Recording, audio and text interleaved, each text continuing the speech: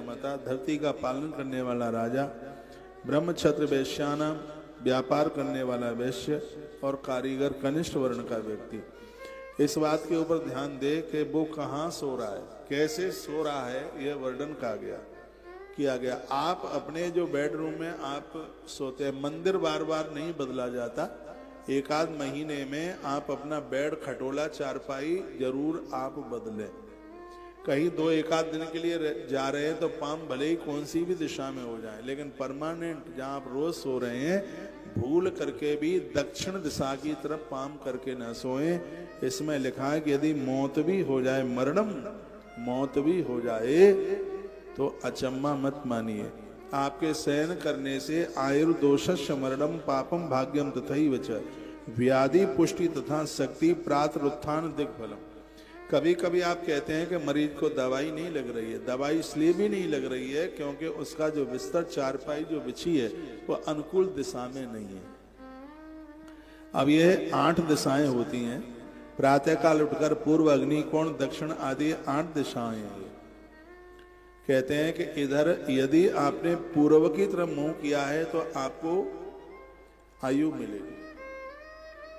आपके पांव पूर्व दिशा की तरफ हैं और आप जब बिस्तर पर बैठे, सुबह खड़े हुए और आपका मुख पूर्व की तरफ है, इससे आपको उम्र मिलेगी, आयु मिलेगी।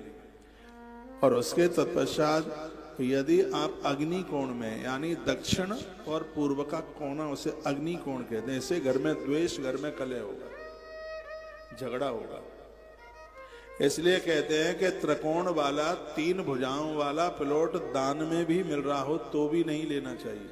मत्स्य पुराण में वर्णन, जिसकी एक भुजाई गायब है, ऐसी जमीन पर कभी भी निर्माण ना करें उसका, जिसकी एक भुजाई गायब है। सिंह मुखी प्लॉट है, व्यापार के लिए बहुत बढ़िया है, और गौमुखी जो प्लॉट है वह आवास के लिए, रेजिडेंस के लिए बहुत ज्यादा बढ़िया है। और त्रिकोणीय है, जिसकी एक भुजाई नहीं है, वो तो बड़ा खतरनाक है। वर्णन है ग्रंथ में। तो कहा गया कि पूर्व दिशा की तरफ आपके पांव होते हैं, इससे आपकी आयु बढ़ती है। अग्नि कोण में, यानी पूर्व और दक्षिण के कोने में आपके बिस्तर, आपके पांव उधर होते हैं, तो इससे परिवार में कलेश होता है। और दक्षिण दिशा में पांव करके सोते हैं तो इससे मरण होता है, मौत होती है, हार्ट अटैक जैसी भयंकर बीमारियां फैल जाए। ये बनावटी बात नहीं है। जहां से मैं बोल रहा हूं, विद्येश्वर संहिता के अध्याय नंबर 13 का श्लोक नंबर 8 है ये, जहां से मैं इस प्रवचन के माध्यम से मैं आपको निवेदन कर रहा हूं।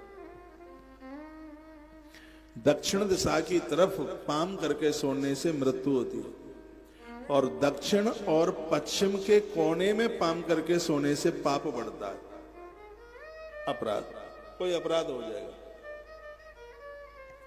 विशेष रूप से जवान बच्चे हैं, इनका बिस्तर ठीक से सेट कीजिएगा। बुरा नहीं मानिएगा, बच्चे अपराध कर रहे हैं।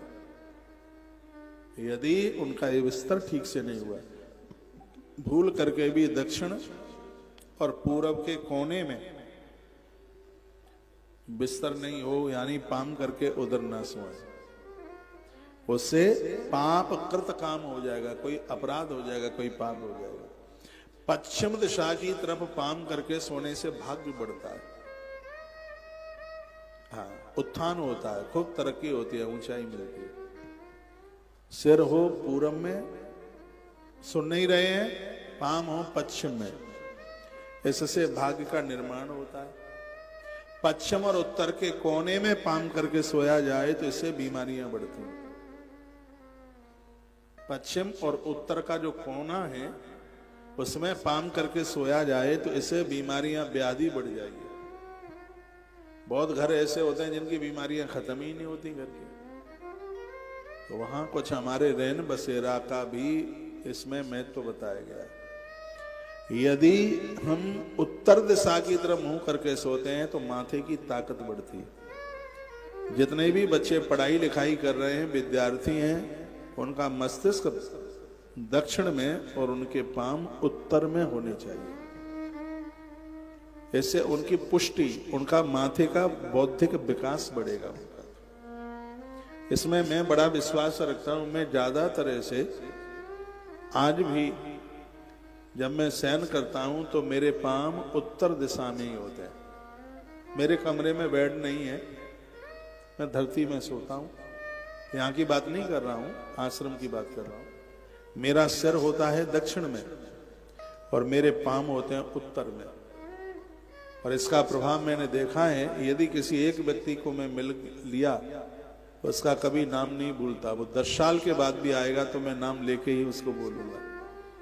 एक बार कोई किताब पढ़ी है तो वो याद हो जाती है, उसे दोबारा पढ़ने की जरूरत नहीं पड़ती है।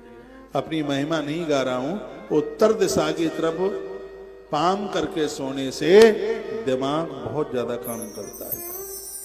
शिव महापुराण का 8 नंबर का जो श्लोक है, कहा गया है इसमें कि उत्तर की दिशा की तरफ मुख करके यानी पाम करके सोना है, इससे शरीर की पुष्टि बढ़ती है। ईशान कोण की तरफ पाम करके सोएंगे तो इससे शक्ति बढ़ती है। जितने भी फौजी हैं, मिलिट्री के जवान हैं, और मेरी आवाज यदि आपके पास तक आ रही है तो आपका जो बिस्तर है वह उत्तर और पूर्व के कोने में, जिसे ईशान कोण कहते हैं, इससे आपकी ताकत बढ़ेगी, जिससे आपकी शक्ति बढ़ेगी। स्वयं भगवान महादेव इस बात को बोल रहे हैं। मैंने आपका बेडरूम सेट कराया है, कैसे आपको अपना बिस्तर बेडरूम तैयार करना है। एक बार पुनः रिपीट कर रहा हूं। आयुर्दोषस् मरणम पापम भाग्यम तथैव च व्याधि पुष्ट तथा शक्ति प्राण उत्थाय दिग्फलम। प्रातः जागने का, रात्रि के सोने का यह फल है। पूर्व की तरफ मुंह करके सोओगे तो इससे उम्र बढ़ेगी। अग्नि कोण यानी दक्षिण और पूर्व के कोने में मुंह करके सोओगे तो इससे घर में कलह लड़ाई झगड़े हो जाएंगे। दक्षिण की तरफ पाम करके सोएंगे तो इससे मौत हो जाएगी, उम्र घट जाएगी। और दक्षिण और पश्चिम के कोने में पाम करके सोएंगे तो इससे जरूर कोई न कोई पाप अपराध हो जाएगा। और यदि पश्चिम में पाम करके सोएंगे तो इससे भाग्य का निर्माण होगा। और उसके तत्पश्चात उत्तर और पश्चिम के कोने में पाम करके सोएंगे तो इससे बीमारियां बढ़ जाएंगी। और फिर कहा गया उत्तर की तरफ पाम करके सोएंगे तो इससे बुद्धि का विकास होगा। और उत्तर और पूर्व के कोने में पाम करके सोएंगे इससे शक्ति बढ़ेगी, व्यक्ति बलवान हो जाएगा, सिंह की तरह ताकतवर हो जाएगा। यह है वर्णन किया गया है। मेरी जीजियो समझ में आ रहा है कि नहीं? इतनी बढ़िया बात पर भी आप ताली नहीं बजा पाए, कौन बताएगा ये बात में?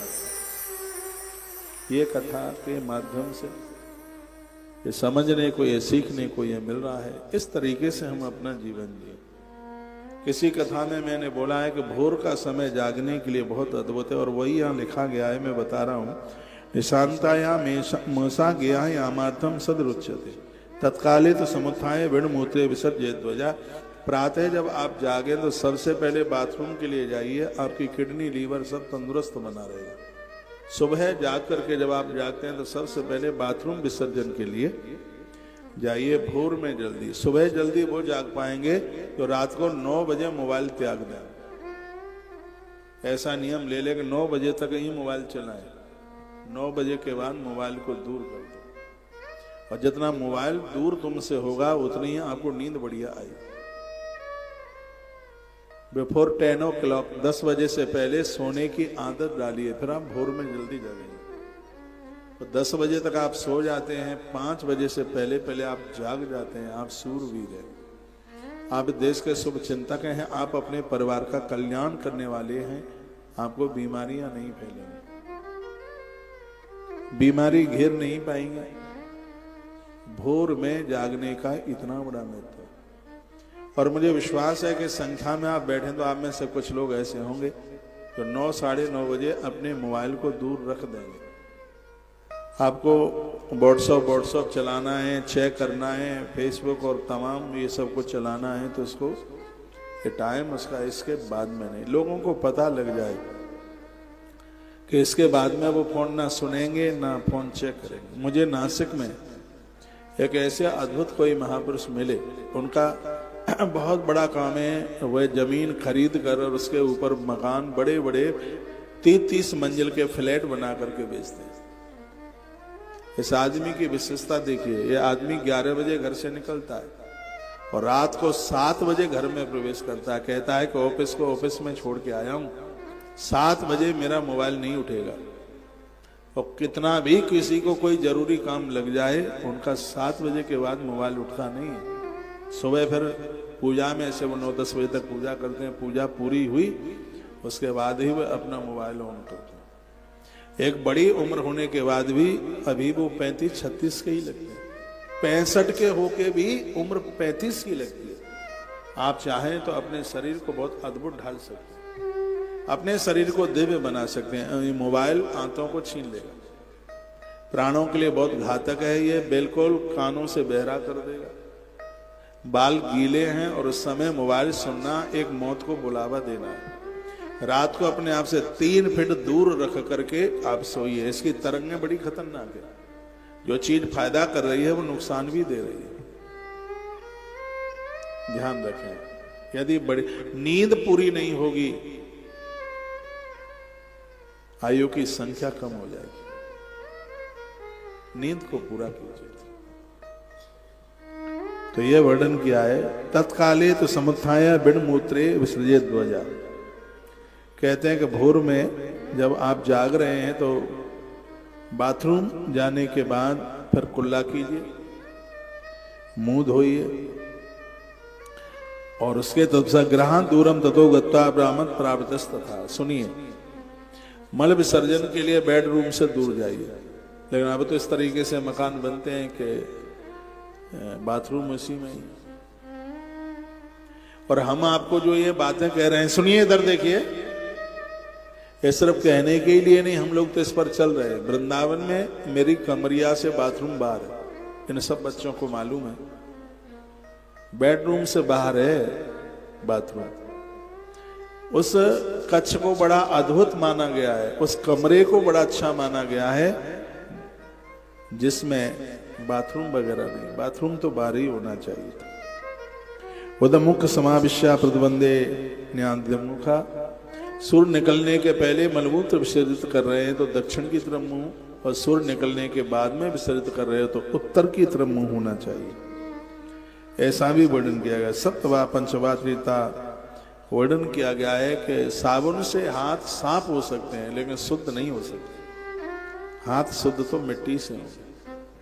रोज माटी नहीं लगा सकते क्योंकि आपके बाथरूम की मोरी चौक हो जाएगी। लेकिन जिस दिन आपने व्रत किया है, उपवास जिस दिन किया है, उस दिन अपने हाथों से मिट्टी जरूर लगाइए। माटी के बिना हाथों में पवित्रता नहीं है। जल देवान नमस्कृत्या मंत्रेण स्नान माचरित। जीवन के 2 काम ऐसे हैं, एक काम बोलते हुए करो और एक काम मौन रह करके करो। वो दोनों काम कौन कौन से हैं? जिस समय भोजन कर रहे हो उस समय मौन रहिए, और जिस समय नहा रहे हो उस समय भगवान का नाम लीजिए। नहाते समय जिब्या से भगवत नाम, और भोजन करते समय इसको चटका पीछे कनपटी ठोक दे। खाते समय बिल्कुल चुप रहना है और नहाते समय भगवान का नाम लेना। फिल्म के गाने नहीं गाने हैं। श्री कृष्ण गोविंद हरे मुरारे हे नाथ नारायण वासुदेव। मैं नहाते समय हनुमान चालीसा पढ़ता हूं। मुझे ऐसा लगता है मेरे 3.5 करोड़ रोमों से हनुमान जी मेरी बॉडी में प्रवेश कर गए। मैं हनुमान जी का पुजारी हूं।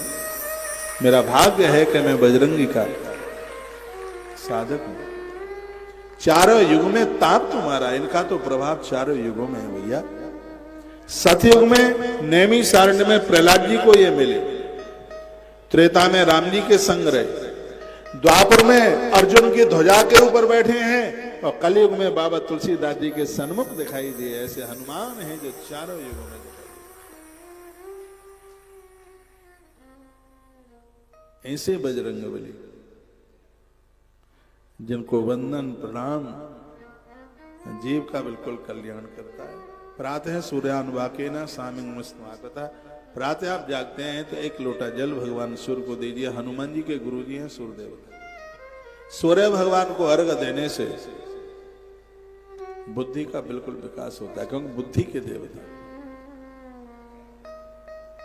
माताओं के लिए चंद्र पूजन, चंद्र दर्शन किसी वरदान से कम नहीं है। पुरुषों के लिए सूर्य भगवान की पूजा भी किसी वरदान से कम नहीं है। सूर्य देवता बुद्धि देते हैं और चंद्रमा सौंदर्य देते हैं। पुरुषों को बुद्धि की ज्यादा जरूरत है और माताओं को सुंदरता की ज्यादा जरूरत है। बड़ा मुश्किल होता है उन बेटियों के लिए जो सुंदरता में थोड़ा कम है, तो संबंध होने में भी बड़ी दिक्कत होती है।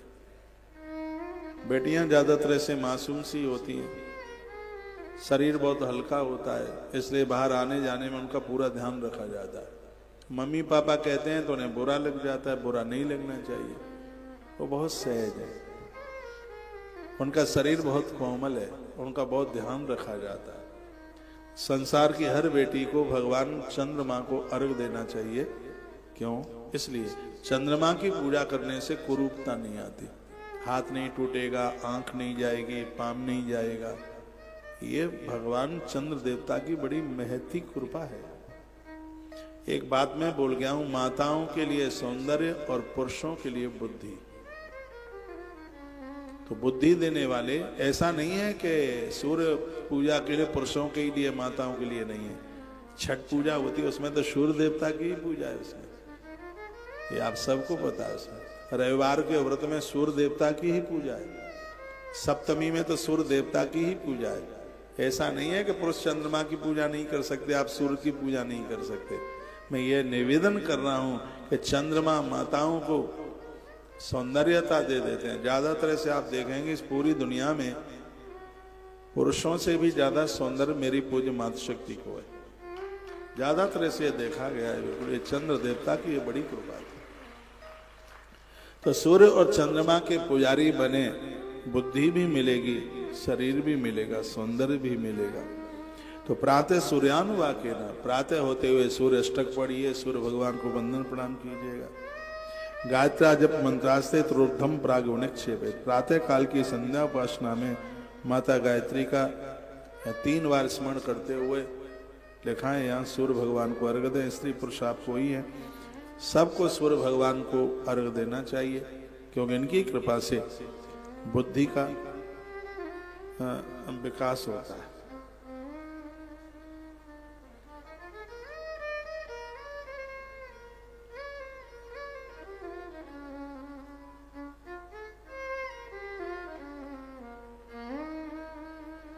हमारे मध्य में डॉक्टर साहब ON Pandey, surgeon, SCPM hospital Godda से आप पधारे। कहाँ बैठे हैं एक बार देख तो लूँ मैं आपको। आपका बहुत रेस्पेक्ट है, आपका स्वागत है, आप आए हैं। आपके आने से परिसर बहुत अच्छा लग रहा है, सम्मान है आपका।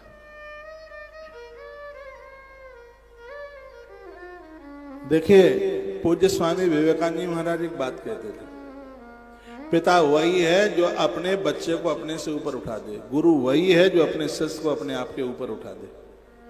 आप अच्छे वाले पिता हैं तो अपने बेटे को अपने आप से बुलंदा ऊपर कर देना, तब ही आप पिता हैं। ऐसा नहीं है कि शराबी बाप अपने बेटे को इस चीज में आगे कर दे। मैं संस्कारों की बात कर रहा हूं। ये ग्रंथ यही तो कहता है। पूज्य स्वामी विवेकानंद महाराज कहते थे, जो माता पिता अपने बच्चों की तरक्की चाहते हैं तो 2 बात उन बालकों को कह दो। एक तो बेटा सूर्य भगवान को प्रत्येक दिन अर्घ दे। ये काम आपका, एक लोटे में जल भरो, लाल फूल डालो, सफेद तिल डाल दो, थोड़ी सी दूर्वा डालो, बच्चे के हाथ में दो। आज नहीं तो कल, कर नहीं तो परसों, 15 दिन में, 1 महीने में वो अपने आप लोटा भर के सूर्य भगवान को अर्घ देगा। हनुमान जी सूर्य नारायण के ही तो भक्त हैं। हनुमान जैसा विद्वान हनुमान से पहले नहीं हुआ और हनुमान जी के बाद में भी कभी नहीं होगा। हनुमान जी विद्यावान है। गोस्वामी ने लिखा है, विद्यावान गुणी अति चातुर। विद्वान और विद्यावान में अंतर है। विद्वान तो स्वयं के लिए पढ़ लिख करके रह जाता है, लेकिन विद्यावान उसे कहते हैं उसके सानिध्य में जो आवे उसको भी वो विद्वान बना देता है, उसको विद्यावान कहते हैं। हनुमान जी विद्यावान है। इनके सानिध्य में जो भी आता है उसको बजरंगी विद्वान बना देते हैं, कमाल कर देते हैं, उसके हाथ में चातुरता दे देते हैं। ये बजरंगी की महिमा है। सूर्य देवता ने हनुमान जी को विद्यावान बना दिया। सूर्य देवता को अर्घ आप देंगे, आपको क्यों नहीं बना देगा। हर माँ का ये फर्ज है अपने बच्चे से प्रत्येक दिन भगवान सूर्य नारायण को अर्घ दिलवाए। और लोटे में क्या क्या डाला जाता है? कच्चा दूध। बहुत बड़ा अपराध है गर्म दूध से देवताओं को स्नान कराना। गर्म दूध से देवताओं को स्नान नहीं कराया जाता, अपराध है। कच्चा दूध प्रयोग में लिया जाता है। लोटे में कच्चा दूध डालिए, सफेद तिल डालिए, महादेव पर काला तिल चढ़ता है। काला तिल चढ़ाने से आयुष बढ़ता है, उम्र बढ़ती है, अकाल मौत से बचते हैं। सफेद तिल के द्वारा ज्ञान बढ़ता है, विचार बढ़ते हैं। तो सूर्य भगवान के लोटे में श्वेत तिल डाला जाता है, लाल फूल डाला जाता है, उसमें थोड़ी दूर्वा डाली जाती है, गंगाजल डाला जाता है, जल डाला जाता है और फिर भगवान सूर्य को अर्घ दिया जाता है। बहुत लोग तुलसी के गरुए में सूर्य भगवान को अर्घ दे देते हैं, जो एक अपराध है। ये नहीं होना चाहिए बिल्कुल भी। बहुत लोग भगवान को नहला करके तुलसी के गरुए में उस पानी को डाल देते हैं, तुलसी सूख जाती है। भगवान को नहलाने वाला पानी पीपल में डाला जाता है, बरगद में डाला जाता है, बेल पत्र में डाला जाता है, वो भी नीम बमूल में नहीं डाला जाता। पानी को जल में डाल दीजिए, कोई ऐसी जगह पर डालिए जहां किसी के पाम ना पड़े। ये सगरी बातें हमारे ग्रंथों में लिखी है। पूजा का जो जल है छना हुआ होना चाहिए, उसमें थोड़ा कपूर का टुकड़ा डाल दें, तीर्थ का जल डाल दें, तो उससे वह जल अपने आप में अति शुद्ध हो जाता है, बहुत पवित्र हो जाता है। जिस पानी में बुदबुद आए, बतासा जैसा है, उसमें बाल गिर गया है, ऐसा पानी देवताओं को नहलाने को लायक नहीं, इसलिए उसको छानने की बात कही गई। जल विष्णु पुराण में जल की बड़ी व्याख्या है। जल का मतलब है जन्मते लयते ससा जल, जिसके द्वारा हमारा जन्म हो रहा है, उसके द्वारा हमारा प्रलय हो रहा है, इसलिए इसका नाम जल है। जल को बचाने की बात कही है, जल को शुद्ध रखने की बात कही है। जल को देवता माना गया है, जल देव है। गणेश जी को जल का तत्व, जल तत्व का देवता माना गया। अग्नि देव है, अग्नि तत्व, अग्नि की मां भगवती जगदम्बा मालिका। वायु के देवता स्वयं भगवान सूर्य देवता हैं और आकाश के देवता स्वयं भगवान विष्णु है। ये पंच तत्व अपने आप में बहुत ज्यादा विशेष हैं। तो ये बड़ी अद्भुत बात कही गई है। तीर्थ दक्षिणा तस्ते मठे मंत्रालय बुधा तत्व देवालय बापी ग्रहे वा नियमत। जिनका घर मंदिर वाली गली में, लोग तो कहते हैं कि वो घर बहुत अशुभ है, और मैं कहता हूँ वो घर इतना शुभ है जिसके आसपास घंटा घड़ियाल की आवाज घर तक आती हो, उस घर को बहुत ज्यादा शुभ माना गया। घर वो शुभ नहीं है जहां अगल बगल में कसाई लोग रहते हैं, अगल बगल में दुराचारी लोग रहते हैं। इनका असर तुम्हारे ऊपर तो नहीं पड़ेगा, लेकिन तुम्हारे बच्चों के ऊपर पड़ जाएगा। ऐसी जगह पर घर ना बनाएं, घर ना खरीदें जहाँ व्यभिचारी दुराचारी रहते हैं, जहाँ कसाई कट्टी खाना है, वो जगह ठीक नहीं है। जगह वह ठीक है जहाँ घंटा घड़ियाल की आवाज कानों तक चल करके आती है। और कहते हैं कि मंदिर की परछाई जिस घर के ऊपर पड़ती है, उस घर में कोई वास्तु दोष पितृ दोष नहीं रहता। मंदिर की गुम्मट की उसकी छाप पड़े उसके ऊपर। बड़ी अद्भुत अद्भुत बात कही। केवलम वाजपे नितम ब्राह्मण से जपूर्त शेषन अभ्यास नितम प्रातः ब्राह्मणमुखा। कहते हैं प्रत्येक दिन जप जरूर कीजिएगा, कम से कम 100 बार नाम भगवान का रोज लीजिए। आप कितने भी कार्य में व्यस्त क्यों नहीं है, कम से कम 100 नाम भगवान के रोज लें। और नित्य प्राणायाम करें। प्राणायाम करने से व्यक्ति स्वस्थ होता है। लिखा करते ध्यान ज्ञान सित्रेतायाम तपसा तथा द्वापुरी जना ज्ञानम प्रतिमा पूजा कलो। ये श्लोक बड़ा अद्भुत है, 55 नंबर का श्लोक है, अध्याय 13। लिखा करते ध्यान, कहते हैं कि सतयुग में लोग ध्यान करके अपनी मुक्ति प्राप्त करते थे, त्रेता में उपवास करके मुक्ति प्राप्त करते थे, द्वापर में यज्ञ करके मुक्ति मिलती थी, और कलयुग में प्रतिमाओं का पूजन करके व्यक्ति को मुक्ति मिल जाती है। मूर्ति पूजा कलयुग में बड़ी विशेष मानी। ये बेधर्मी दूसरे धर्म के लोग हैं, वो तो मानते नहीं है इस बात को, लेकिन स्वयं भगवान महादेव का ये कहना है कि कलयुग में मूर्ति पूजा, चाहे आप रामकृष्ण को पूज रहे हैं, चाहे आप भगवान महादेव की पूजा कर रहे हैं, इस कलयुग में मूर्ति पूजा को बहुत ही ज्यादा विशेष माना गया है। आप मेरी भी बात मत मानिए, जो ग्रंथ कह रहा है वह आप मान लीजिएगा। चांद्रायण सहस्रम तो ब्रह्मलोक प्रथम विदु सहस्र कुटुंब से प्रतिष्ठा क्षत्रिय। चांद्रायण व्रत जैसे अनुष्ठान करने का उन्हें फल प्राप्त होता है जो मूर्ति पूजा में अपना ध्यान लगाए, अपना मन लगाए।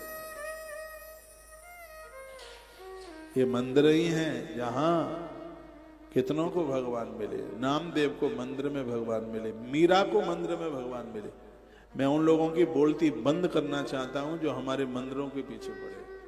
वो कहते हैं कि मंदिर तो सब ऐसा ही है, ये कुछ भी नहीं है। आज भी वो मंदिर श्री द्वारका जी में स्टीमर में पानी के जहाज में बैठ के जाना पड़ता है। भेंट द्वारका, रणछोड़ राय भगवान का मंदिर है। वो मंदिर आज भी है जहां मीरा ने अपने जीवन का अंतिम पद गाया, मेरो तो गिरधर गोपाल दूसरो ना कोई। ये सत्य घटना थी। मंदिर में से भगवान की भुजाएं आगे के लिए बढ़ी, भगवान ने मीरा को उठाया, अंक से लगाया, मीरा भगवान द्वारकाधीश में समाहित हो गई। वो मंदिर आज भी है श्री द्वारका जी। हम कैसे ना माने कि भगवान नहीं है। भगवान कल थे, आज हैं और कल भी रहेंगे। ये श्लोक इस ग्रंथ का है। इस ग्रंथ में यह वर्णन किया गया है, कहा गया है कि कलयुग में मूर्ति पूजा अपने आप में बहुत ज्यादा विशेष है। चांद्रायण सहस्त्रम, हजारों चांद्रायण व्रत करने का फल उन्हें प्राप्त होता है जो भगवान की ये पूजा करते हैं। अपने घर में मंदिर बनाइए, छोटा सा मंदिर बनाएंगे, उसमें प्रभु आपको बिठाएंगे, घंटा रोज बजाएंगे, प्रभु तुम्हें बिठाएंगे, मक्खन का भोग लगाएंगे, उसमें तुम्हें बिठाएंगे। भगवान की पूजा करके बड़ी शांति मिलती है। रावण की लंका में रहने वाला भी प्रतिमा पूजन करता है त्रेता में, जिसका नाम है विभीषण। रामायुध अंकित ग्रह शोभा वर्णन जाय, नव तुलसी के वृंदत है, तो तुलसी की पूजा करता है। तो हम तो नहीं मानेंगे कि ये मूर्ति पूजा नहीं होती है। ये कल थी, आज है और कल रहेगी। तो श्री शिव महापुराण के अंतर्गत ये बात है बड़ी अद्भुत कही गई है। एक बार बोलिए, बोलो शंकर भगवान की जय हो। कैलाश के निवासी नमो बार बार हो, नमो बार बार हो। आयो शरण तिहारी भोला तार तार तू, आयो शरण तिहारी भोला तार तार तू। कैलाश के निवासी नमो बार बार हो, नमो बार बार हो। आयो शरण तिहारी भोला तार तार तू। कैलाश के निवासी नमो बार बार हो, नमो बार बार हो। आयो शरण तिहारी भोला तार आनंद के साथ आयो शरण तिहारी भोला तार तार तो।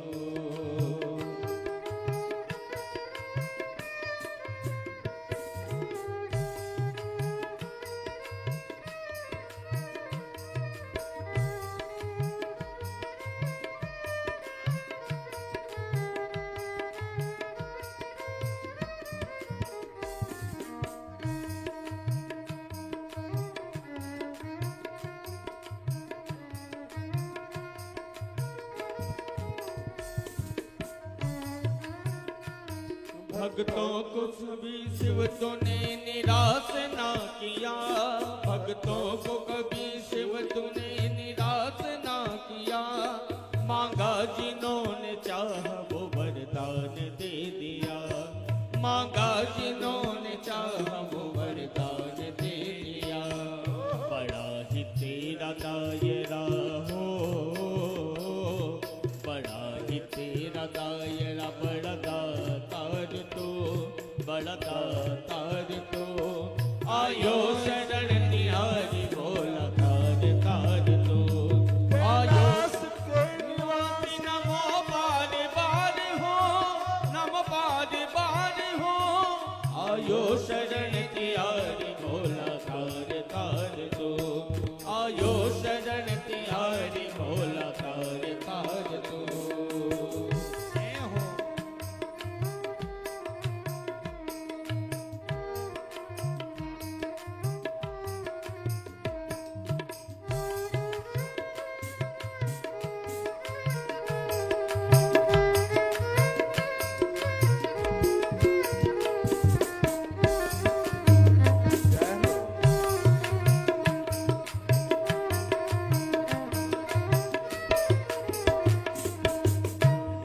बखान क्या करूं मैं राखों के ढेर का, बखान क्या करूं मैं राखों के ढेर का। लिपटी बबूत में है खजाना कुबेर का, लिपटी बबूत में है खजाना कुबेर का। हे गंगाधार मुक्ति द्वार हो,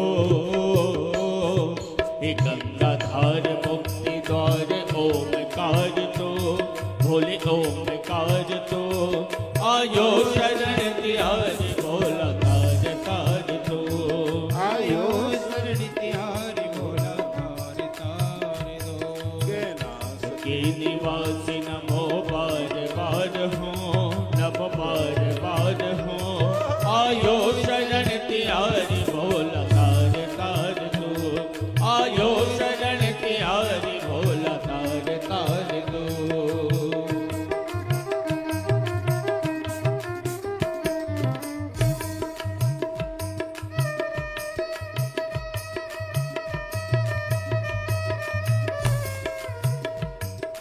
जय हो।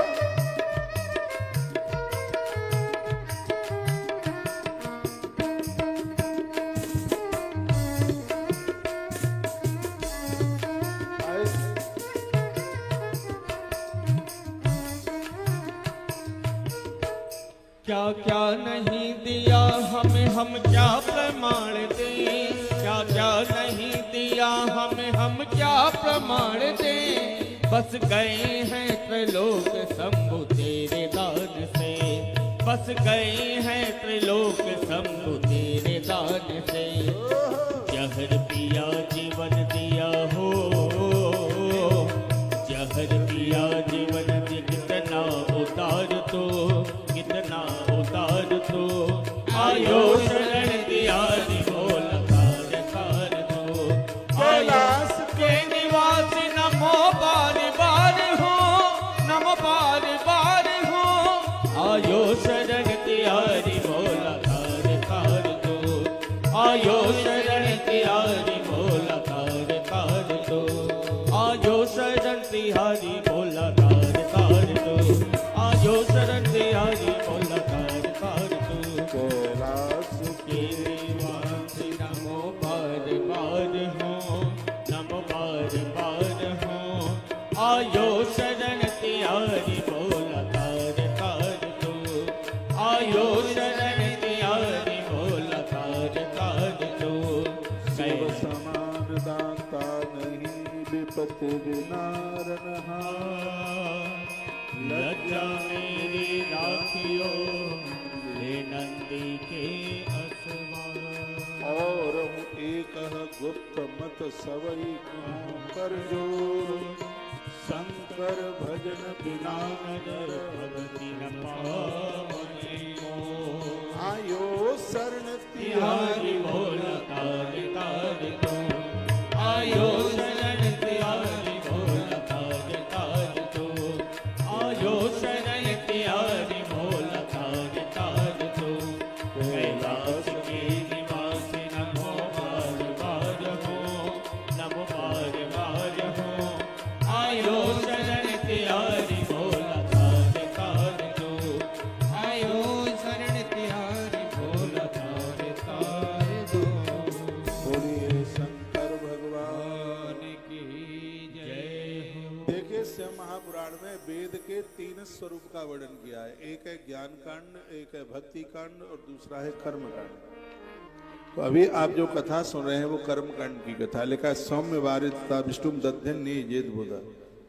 कहा गया है बुधवार के दिन दही में भात मिला करके ब्राह्मण को बुलाकर आंगन में बिठाकर उसे भोजन कराया जावे तो परिवार में संतान की कमी नहीं आ सकती।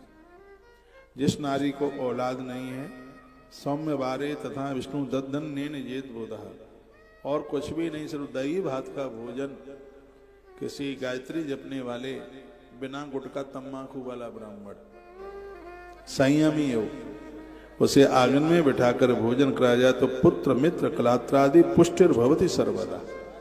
कहते हैं कि घरवाली बीमार है और दवाई फायदा नहीं कर रही है, मित्र अपना है लेकिन अपने आप से अपोजिट हो रहा है, बच्चा पिता से दूर जा रहा है, या घर में बेटा है नहीं, तो उसके लिए स्पष्ट वर्णन है। 31 नंबर का श्लोक है।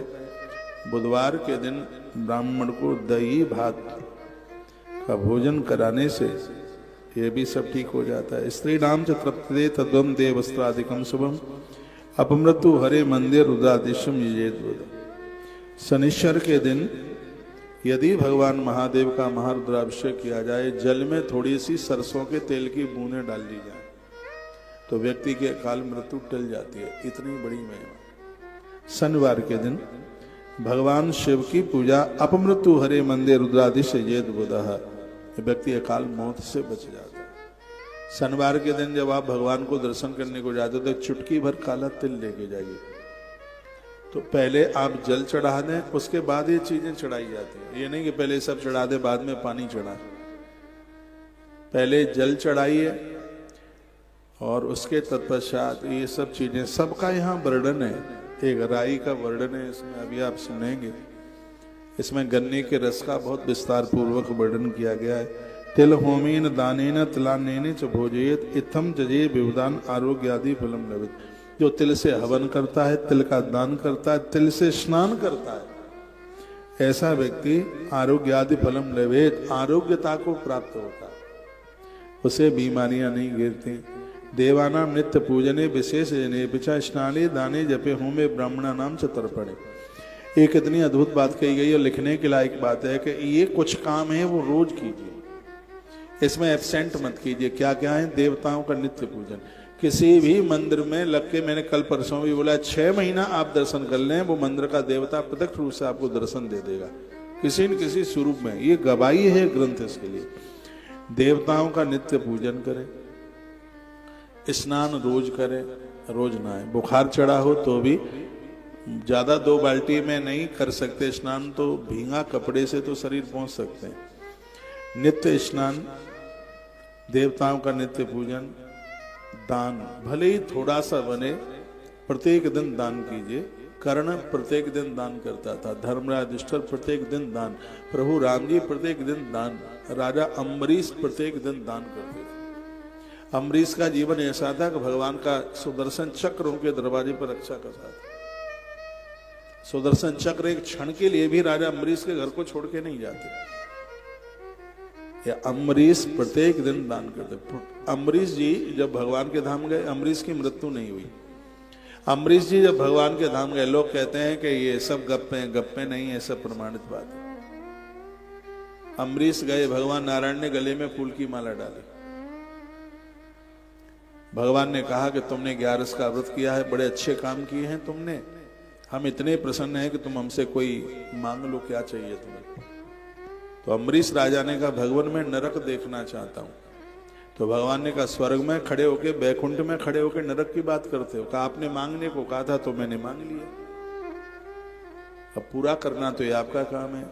यमराज को बुलाया, कहा मेरे भक्त को नरक दिखा के लाओ। सुनिए बात को ठीक से। अम्बरीश महाराज को नरक के दरवाजे पर खड़ा कर दिया। अम्बरीश जी ने कहा कि हे परमात्मा, यदि सच्चे भाव से मैंने कुछ दान पुण्य किए हों तो उसका पूरा का पूरा फल इन नरक में वास करने वाले लोगों को प्राप्त हो जाए। जैसे ही इतना कहा, सब के सब नरक में से गरुड़ की पीठ पर बैठे हुए सब भगवान के धाम चले गए।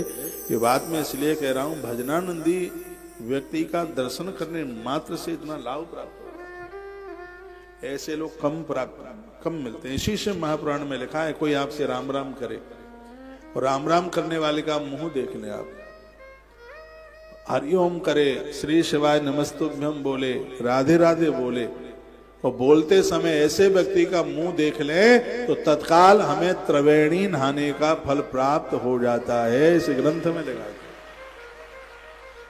और आप गोंडा बैठे हुए, आप त्रिवेणी नहा के आ गए। आप कहोगे कब नहा के आ गए? मैंने राम राम बोला है और आपने मेरा मुंह देखा है। कितनों ने मेरा मुंह नहीं देखा अभी है? सब नहीं देखा। ये जीजियो, आपने नहीं देखा, आपने नहीं देखा मेरा मुंह, तो अब देख लो। राम राम राम राम राम राम राम राम।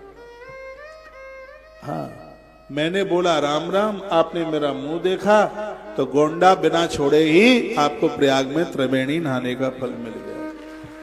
घर का भी वातावरण ऐसा नहीं। हमारे ये बच्चे सुबह सब एक दूसरे को राधे श्याम, राधे राधे, राम राम ये सब बोलते हैं। तो इसका फल समझते हैं आप? इसकी महिमा इतनी ज्यादा है, गंगा नहाने का फल प्राप्त होता है। वही तो इन श्लोकों में ये बातें कही गई हैं। कहा गया देवानाम नित्य यजने, लिखा देवताओं का नित्य पूजन, स्नान, दान, भले एक माला जपें, गुरु मंत्र की एक माला रोज जपें। जो गुरुजी से मंत्र लेकर के जप करता नहीं है, इसी ग्रंथ में लिखा है, वो आत्महत्यारा है। सल्फास खा करके मरने वाले से भी ज्यादा अपराधी हुए। जो मनुष्य जीवन धारण करके और भगवत जप नहीं करता, रोज होम यज्ञ नहीं कर सकते, तो महीने में 2 बार कीजिए, अमावस्या को कीजिए, पूर्णिमा को कीजिए। पूर्णिमा के हवन से देव प्रसन्न होंगे, अमावस्या के हवन से पितर प्रसन्न होंगे। तर्पण इत्यादि ये करें। और क्या करें, सुबह दाव सुभानते चा जन्मर 600 ग्रही ग्रही। कुछ दिन ऐसे हैं जहां किए गए सत्कर्म का, दान का अनंत गुना फल मिलता है। अब विचार कर ले कब कब मिलता है। अमावस्या के दिन, पूर्णिमा के दिन, द्वादशी के दिन, संक्रांति के समय पर, नवरात्रा में एक विशेष कोई मुहूर्त चल के आया, जैसे रवि पक्ष है। और भी वर्णन किया गया जिस दिन आपके जन्म नक्षत्र, जन्म दिन की तिथि होती है। मैं तारीख की बात नहीं कर रहा हूं, तिथि, क्योंकि उस समय तारीख तो चलती नहीं थी, जबकि ग्रंथ लिखे तिथियों का वर्णन है। इसलिए हमारे रामकृष्ण भगवान का जन्मदिन है तिथि के द्वारा। जन्माष्टमी, शिवरात्रि सब तिथि के द्वारा मनाई जाती है। तो इसमें लिखा है सुबह दाब स्वांते चा जन्म 600 ग्रही ग्रही। जो अपने जन्मदिन के दिन कोई भी दान पुण्य करता है, उसे किए गए दान पुण्य का अनंत गुना फल प्राप्त होता है।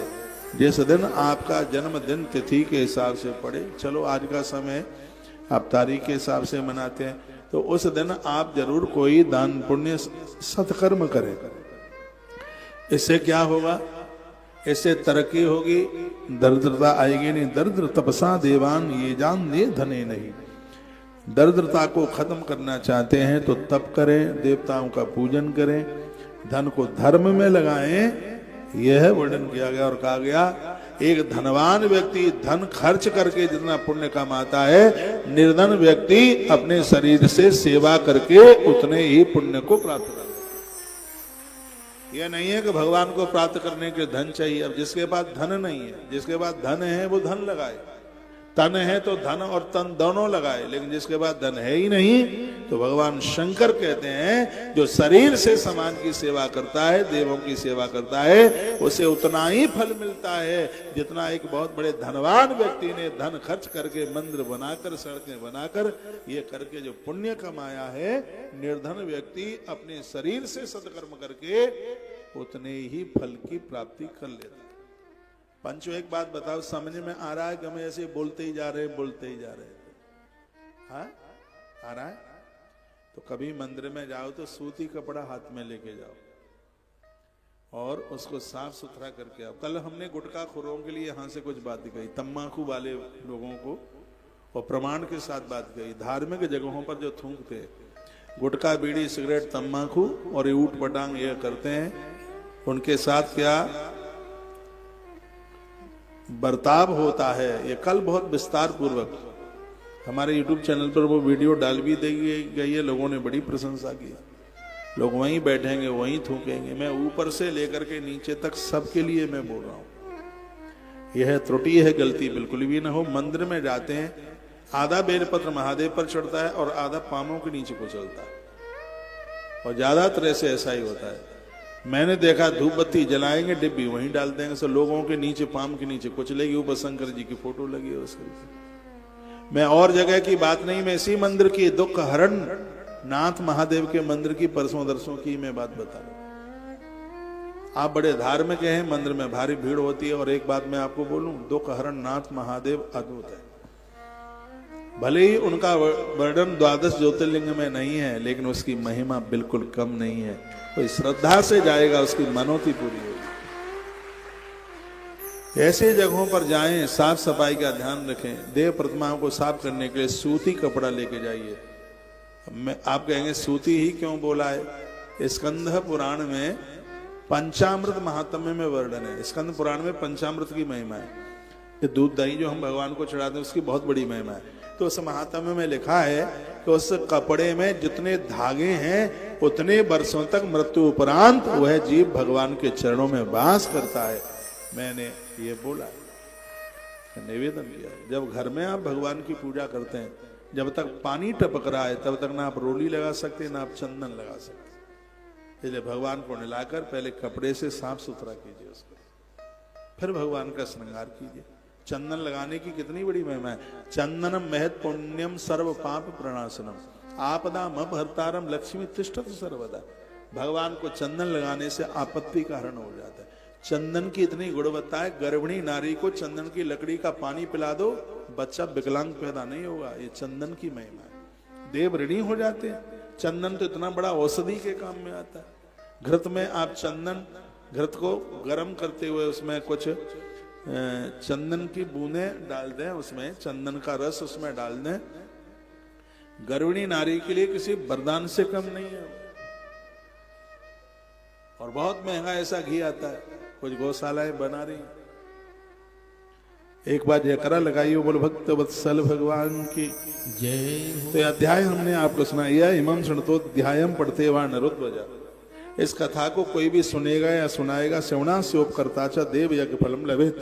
जो मैंने आपको कथा सुनाई है, इस कथा को कोई सुनेगा या सुनाएगा, उसको प्रत्येक दिन एक बहुत बड़ा यज्ञ करने का सौभाग्य प्राप्त होगा। यह नहीं है कि कथा 6 बजे छूटे और आप कपड़ा झड़ा करके चले जाएं, आपकी कथा आप ही संभालो। जो भी सुना जाए उसका मनन किया जाए, तो ये कथाएं बहुत ज्यादा चमत्कार कर देने वाली। कथा में ही तुलसी को हनुमान मिले, कथा ही तो थी। कथा में ही मीरा को गिरधर मिले, वो कथा ही तो थी। कथा की बहुत बड़ी महिमा है, जो हमारे जीवन की व्यथा को समाप्त कर दे, भैया वह कथा है, वो सत्संग। बापूजी के एक बड़े अद्भुत शिष्य हुए हैं, पूज्य आसाराम बापूजी के शिष्य, जिनका नाम सुरेशानंद जी महाराज। उन्होंने अद्भुत पंक्तियां गाई।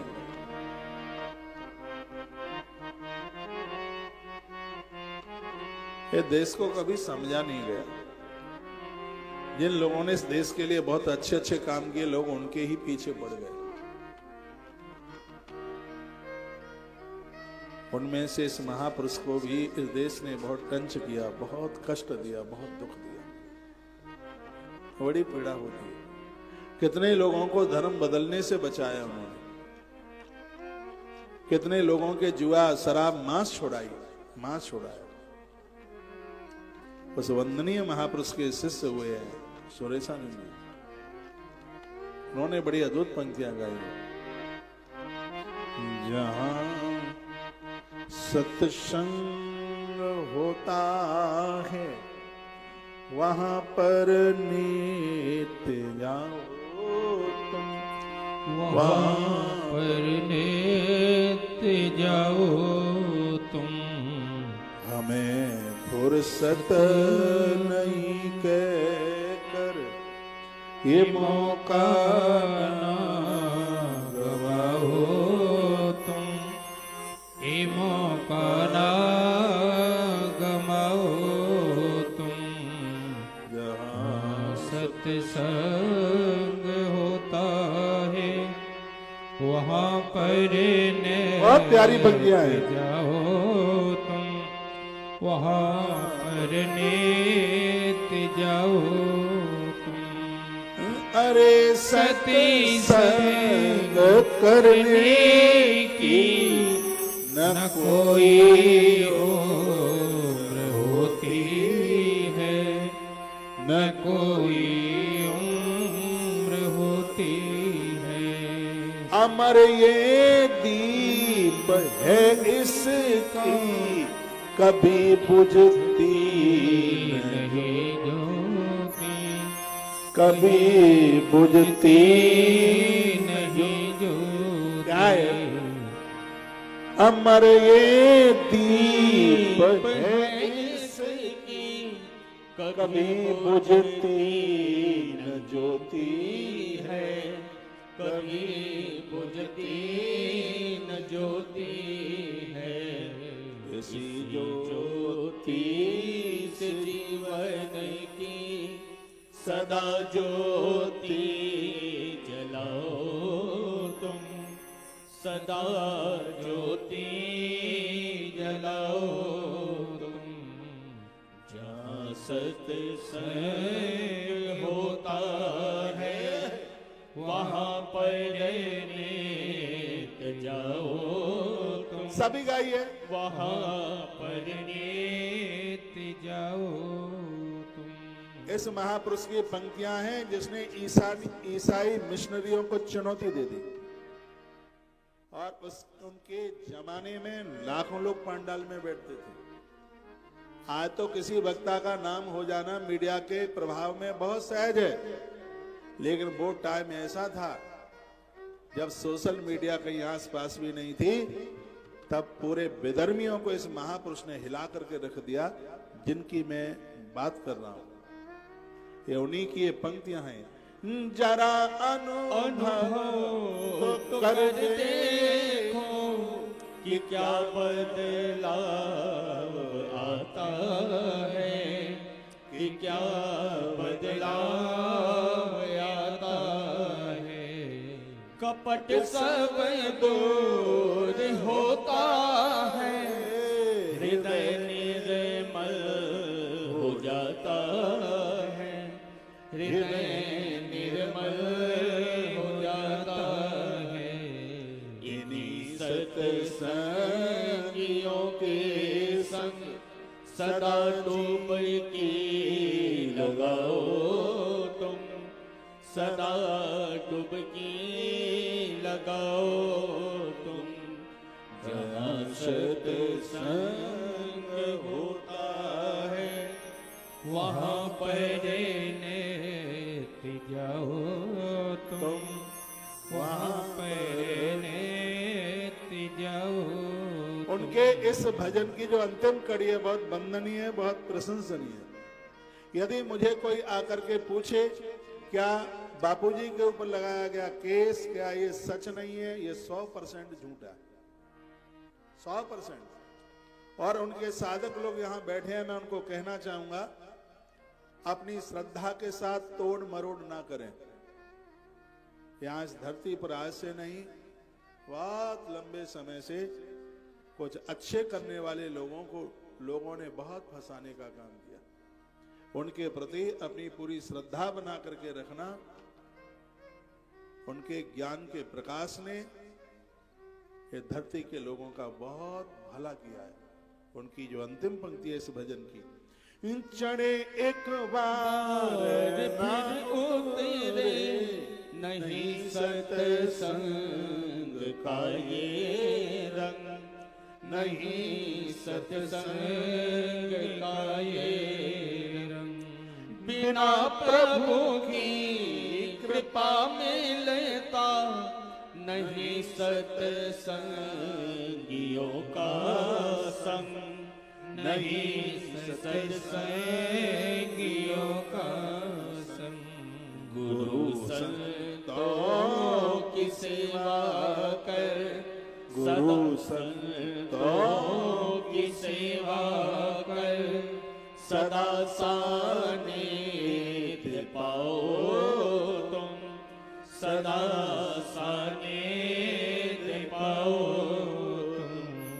जहाँ सत्संग होता है वहाँ पर नित जाओ तुम, वहाँ पर नित जाओ तुम। हम फुर्सत नहीं कह कर ये मौका गवाओ तुम, ये मौका ना गवाओ तुम। जहाँ सत्संग होता है वहाँ पर नित जाओ तुम, वहाँ पर नित जाओ तुम। बोलिए नारायण देव भगवान की, श्री हनुमान जी महाराज की जय, शंकर भगवान की जय। जय श्री राम।